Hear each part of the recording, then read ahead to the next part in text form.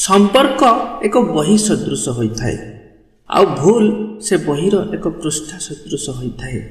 केबे कौन सी भूल हो जाइछि तो से भूल पृष्ठाटी को चिरी फोपाड़ी दियंतु, किंतु से गोटे पृष्ठा पाई केबे संपूर्ण बहीटी नष्ट कर दियंतुनी। नमस्कार, मु देवाशीष। आज पुणी थरे मन को परिवर्तन कला भली एक सुंदर कहानी माध्यम रे आजिर एई कहानीटी एक गरीब परिवारर जे कि गाँव रे रहुथिले। छोट परिवार, पति पत्नी आउ तांकर जणे कुनी झियो। आर्थिक परिस्थिति सेते भल नथिला। दिओलिटी मुठा खाइबा पर्यंत भलरे मिलु नथाए। पति जनकर कौनसी काम धंदा मिलु नथाए। बहुत कष्टरे से माने चलुथिले। बहुत चिंतित थिले कि कौंठी तो खंडिए जॉब मिली जाऊ। से कुनी झियोटी निज बापा को सबु बेले पचारु थाए कि बापा आमर सबु किछि केबे ठीक होई जिवो। पिलाटी निजर सांग मानंकु देखे, बांधवी मानंकु देखे, सेमानंकर सबु किछि ठीक चली थाए, किंतु निज घरे तो सबु बेले समस्या लागि रहउतिला। पिलाटीर बापा पिलाटी को बुझेवा पाई सबुदिन घर बाहर को नहीं जाउथिले। घर ठारू बहुत दूर रे एक पहाड़ देखा जाउथाए। बापा सबुदिन से पहाड़ आड़ को देखि कहउथिले कि जो दूर रे पहाड़टी देखा जाउनी, से पहाड़ शिखर रे ना भगवान रहती। भगवान को प्रार्थना करो, से सबु किछि ठीक करदेवे। तो से छोट पिलाटी मध्य सबुदिन प्रार्थना करुथाए। प्रत्येह ऊपर वाला को प्रार्थना करी एतिकी मागुथाए, हे प्रभु मो बापांकर खंडिए चाकरी मिल जाऊ।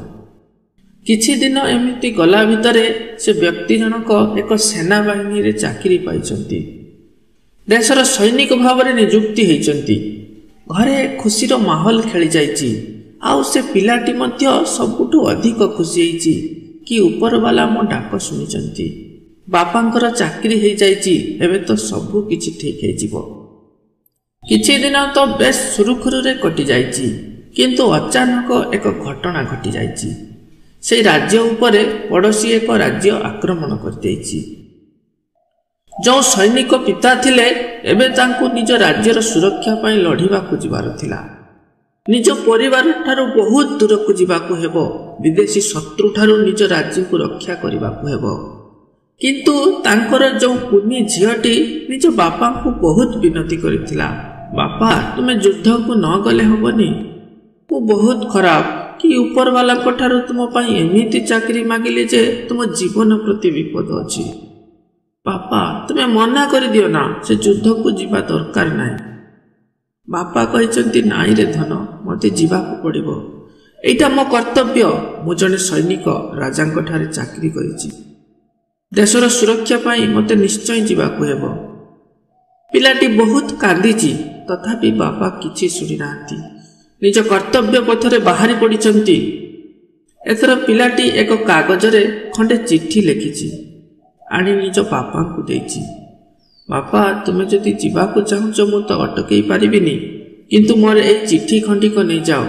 पहाड़ ऊपर से जो ऊपर वाला अछंती ना, गला बेले ए चिट्ठीटी से ऊपर वाला को देई दबो। बापा आ किछि न कहि चिट्ठीटी को निज बैग रे रखि देइछंती।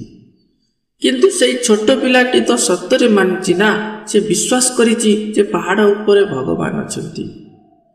पिता जनक निज गंतव्य पथरे बाहरी पड़िछंती। जाई निजर अन्य जो सैनिक साथी मानक सह मिसिचंती आ निज टीम सहित युद्ध को बाहरी जाइछंती।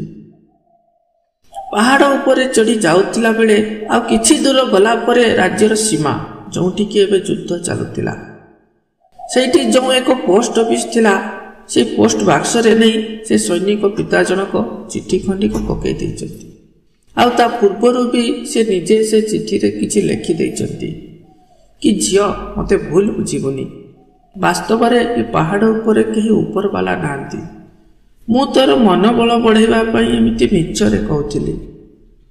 पिलाटी जेतेबेले चिठीटी पढ़िबो से बुझी पारिबो जे ऊपर वाला किछि नहंती। मु ताकू मिछरे कहउथिली।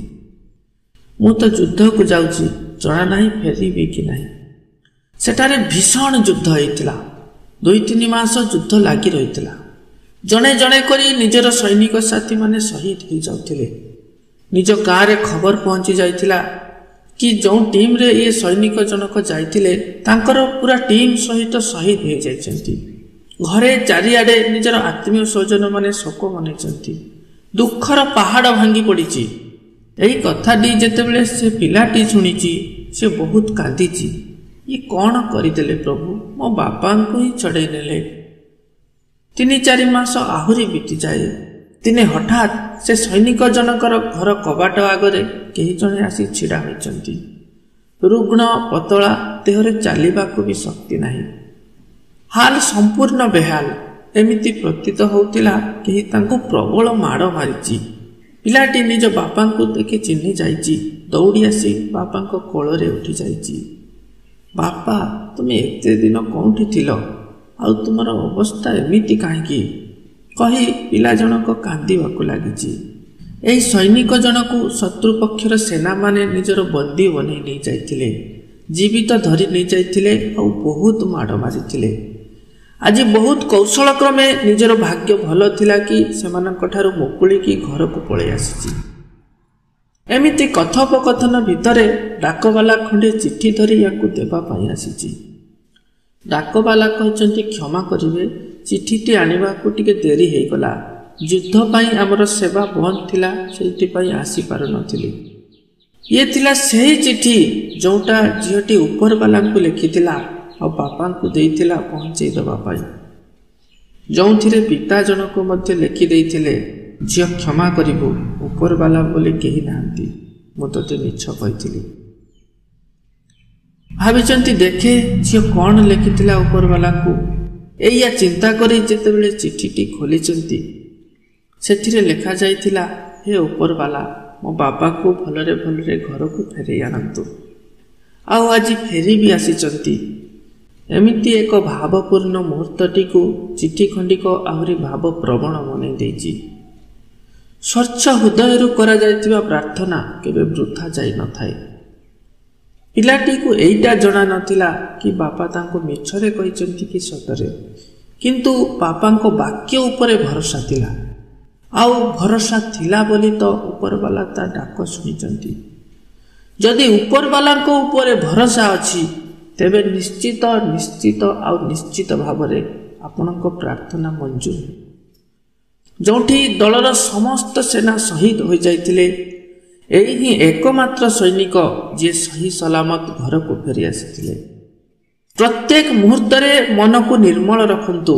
अन्यर खराब चिंता न करी सबु बेले मंगल चिंता करंतु। देखिबे आपणको सह भी निश्चय किछि भल घटिबो। जदि वीडियोटी भल लागि थाए एक लाइक करिवे निहाती, ताकि आमको भी प्रेरणा मिलिबो एमिति वीडियो बनेबा पाई। आउ आम यूट्यूब परिवार जड़े सदस्य बनवाई चैनल टी को निहाती सब्सक्राइब करंतु। धन्यवाद समस्त को।